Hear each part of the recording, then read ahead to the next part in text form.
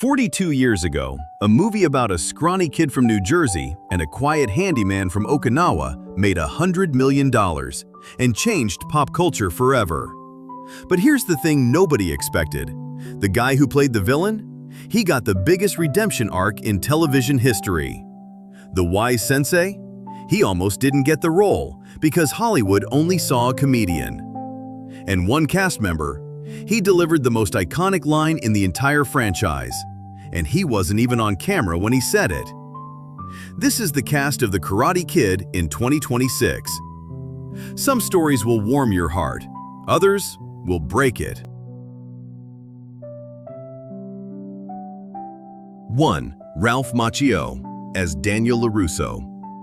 If you grew up in the 80s, this face is your childhood. The crane kick, the headband. Daniel-san. Ralph Macchio made you believe a skinny underdog could beat a black belt. Here's what most people don't realize. Macchio was 22 years old playing a 17-year-old. He just looked that young. Charlie Sheen actually got the role first, but lost it because he'd already committed to a low-budget Jaws ripoff called Grizzly 2. Fast forward to 2026, Macchio is 64, still married to his high school sweetheart Phyllis Fierro. They've been together since he was 15. He co-led all 6 seasons of Cobra Kai, starred in 2025's Karate Kid Legends alongside Jackie Chan, got his star on the Hollywood Walk of Fame in 2024, published a memoir called Waxing On, and, after 4 decades of faking it on screen, he actually earned a real black belt in karate in April 2025. The kid who pretended to know karate became the man who actually does. That's not a Hollywood ending. That's a life well lived. But what about the man who made Daniel's life miserable? Number 2. William Zabka as Johnny Lawrence. Be honest, in 1984, you hated this guy. Blonde hair, black belt, zero mercy. Johnny Lawrence was the bully every kid feared. But here's a twist that would have blown your mind back then. Zabka had zero karate training when he got the part. He was a wrestler. He learned to look like a black belt in weeks. Oh, and he also directed an Oscar-nominated short film called Most in 2003. Yeah, the 80s bully became an Academy Award contender. Nobody saw that coming. In 2026, Zabka is 60. Cobra Kai turned him from a forgotten villain into one of the most beloved anti-heroes on television. He co-executive produced the entire series, made a cameo in Karate Kid Legends, and has 2.7 million Instagram followers.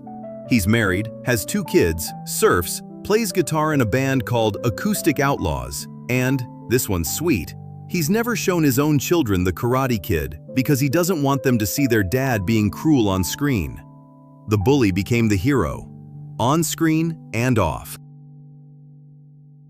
Now, while those 2 rivals were rewriting their legacy, there's one person whose absence haunts the entire franchise. Number 3. Pat Morita as Mr. Miyagi. Close your eyes and you can still hear it. Wax on, wax off. Pat Morita didn't just play Mr. Miyagi. He became a cultural symbol of quiet wisdom, patience, and dignity. What most fans don't know, Morita spent 9 years in hospitals as a child with spinal tuberculosis. Doctors said he'd never walk. After he recovered, he was sent straight to a Japanese-American internment camp during World War II. He later said, "One day I was an invalid.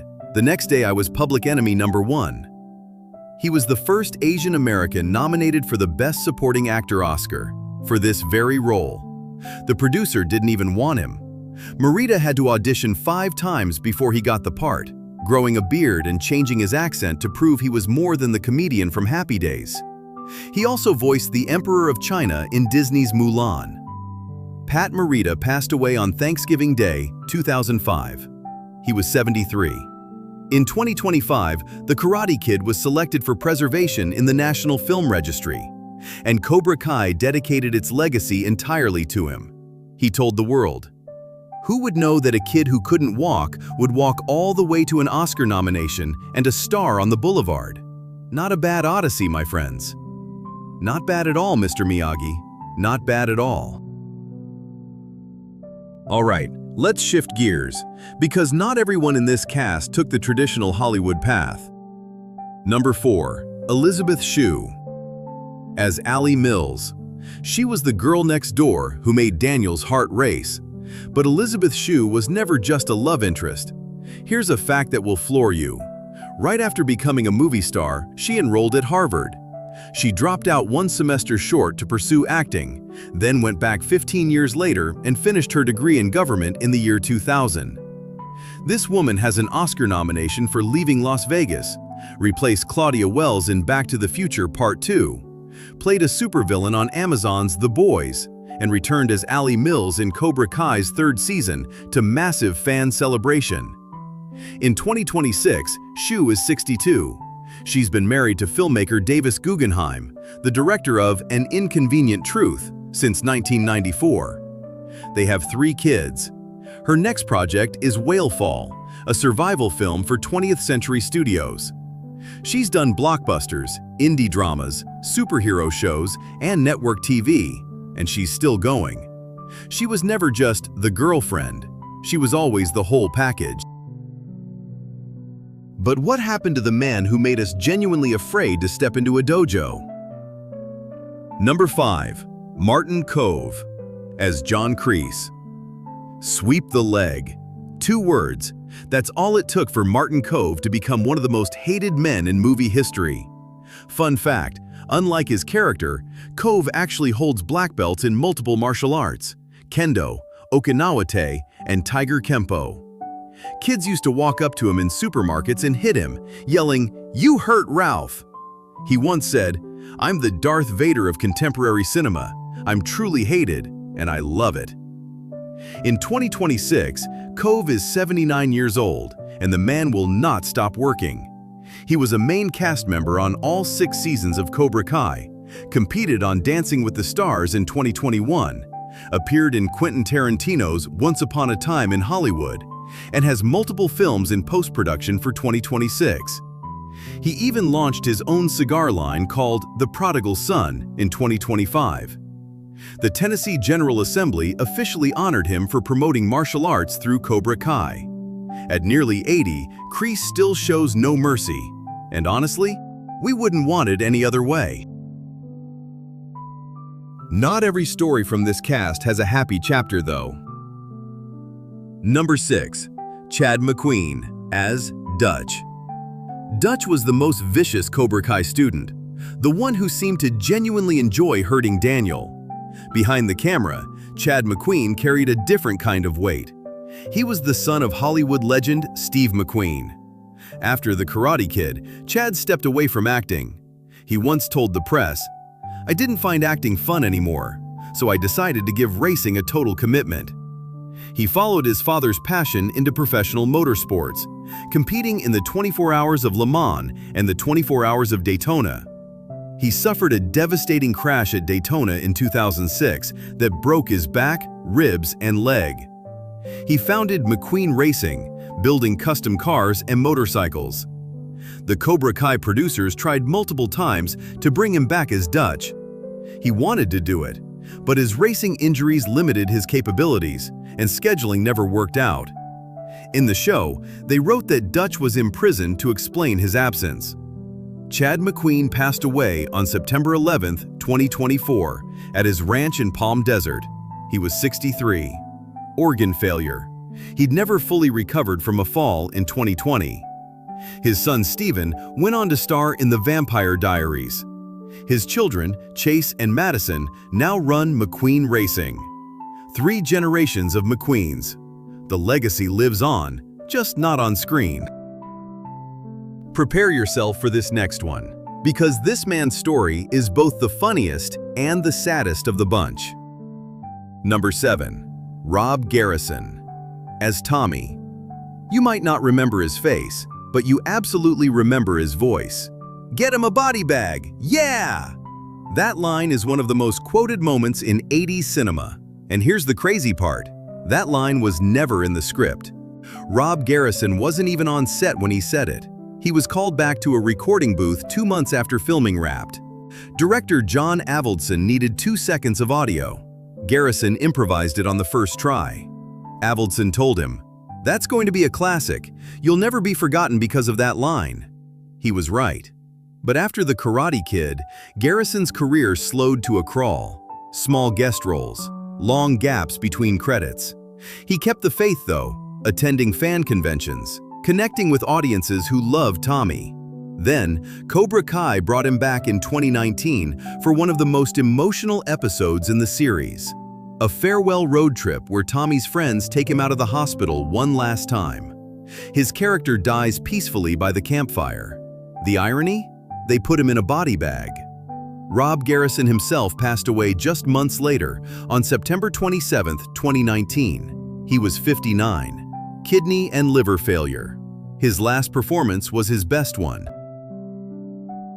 While some stars burned bright and faded, one woman quietly built a career that most people completely overlooked. Number 8. Randee Heller, as Lucille LaRusso. Daniel's mom, the single mother who moved her kid across the country for a fresh start. Randee Heller made that role feel real. But before she was America's favorite movie mom, she made television history. In the late 1970s, she played Alice on the ABC sitcom Soap, one of the first openly lesbian characters ever portrayed on American broadcast television. It was groundbreaking and controversial at the time. In 2026, Heller is 78. She returned for multiple seasons of Cobra Kai, appeared in Mad Men as Don Draper's secretary, and starred in the indie horror comedy Destroy All Neighbors. She started her career on Broadway in the original cast of Grease, playing Rizzo. From Rizzo to Lucille LaRusso to a Mad Men secretary. Quiet range, quiet legend. So what about the rest of Johnny's crew? The Cobra Kai boys who made the hallways of West Valley High a nightmare. Number 9. Ron Thomas as Bobby Brown. Bobby was the Cobra Kai student with a conscience, the one who felt guilty about sweeping Daniel's leg. Ron Thomas brought a flicker of humanity to the villain squad. Thomas was born in 1961 in Reno, Nevada. After The Karate Kid, he had a handful of smaller roles in films like The Big Bet, but largely stepped away from the spotlight. Cobra Kai brought him back in seasons 2, 3, and 6, and fans loved seeing Bobby again, this time as a pastor who'd found peace. In 2026, Thomas keeps a low profile. No major social media presence, no tabloid drama. Just a guy who played a memorable role, came back when they called, and did it with grace. Sometimes the quietest exits are the most dignified. Number 10. Tony O'Dell as Jimmy. Jimmy was the quietest member of the Cobra Kai gang, and Tony O'Dell's career after the film? Anything but quiet. Most people don't realize that right after The Karate Kid, O'Dell landed a main role on the ABC sitcom Head of the Class, which ran for 5 seasons from 1986 to 1991. He was already a familiar TV face. He returned as Jimmy for Cobra Kai's second season reunion episode, the same campfire farewell that gave Rob Garrison his final scene. Born in 1960 in Pasadena, California, O'Dell has stayed largely out of public view in recent years. And then there's the director, the man who orchestrated all of this. Number 11. John G. Avildsen, director. Before The Karate Kid, Avildsen already had an Oscar. He directed Rocky in 1976, the film that made Stallone a legend. Columbia Pictures specifically wanted him to bring that same underdog magic to a karate movie. He delivered. Avildsen was known for his instincts on set. He let actors improvise. He pushed Pat Morita through 5 auditions until the producer caved. He recognized Rob Garrison's throwaway line as an instant classic. He shaped Daniel LaRusso into a character that would last half a century. John G. Avildsen passed away on June 16, 2017, at the age of 81 from pancreatic cancer. He didn't live to see Cobra Kai premiere the following year. But every single frame of that show exists because of what he built. 2 Oscars, 2 underdog stories, 1 director who believed in the little guy. And finally, one more name you deserve to know. Number 12, Pat E. Johnson. The tournament referee, fight choreographer. You've seen his face 100 times. He's the referee in the final tournament, the one who raises Daniel's hand after the crane kick. But Pat E. Johnson was much more than an actor.